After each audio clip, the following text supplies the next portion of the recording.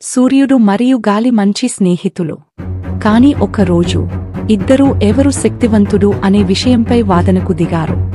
నా శక్తి అమోఘం, గాలి గర్వంగా చెప్పాడు. నేను వీచినప్పుడు ప్రజలు వణుకుతారు, చెట్లు నా ముందు వంగిపోతాయి. సూర్యుడు చిరునవ్వుతో స్పందించాడు.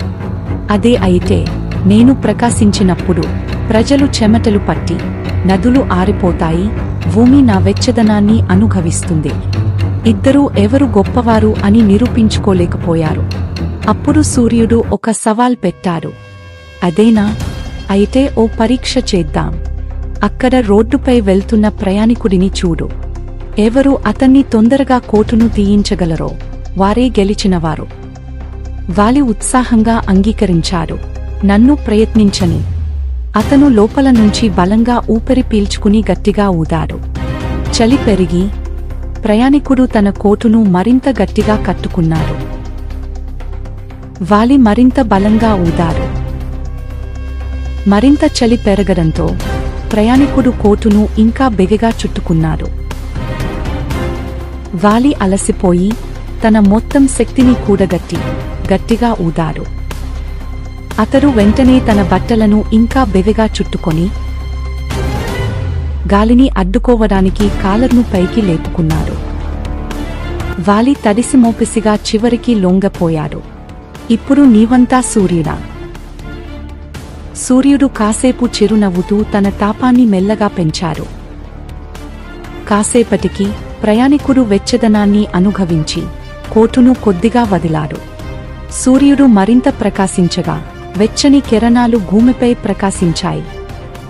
అతను చెమటలు పట్టి చివరికి కోటును పూర్తిగా తీసేశాడు.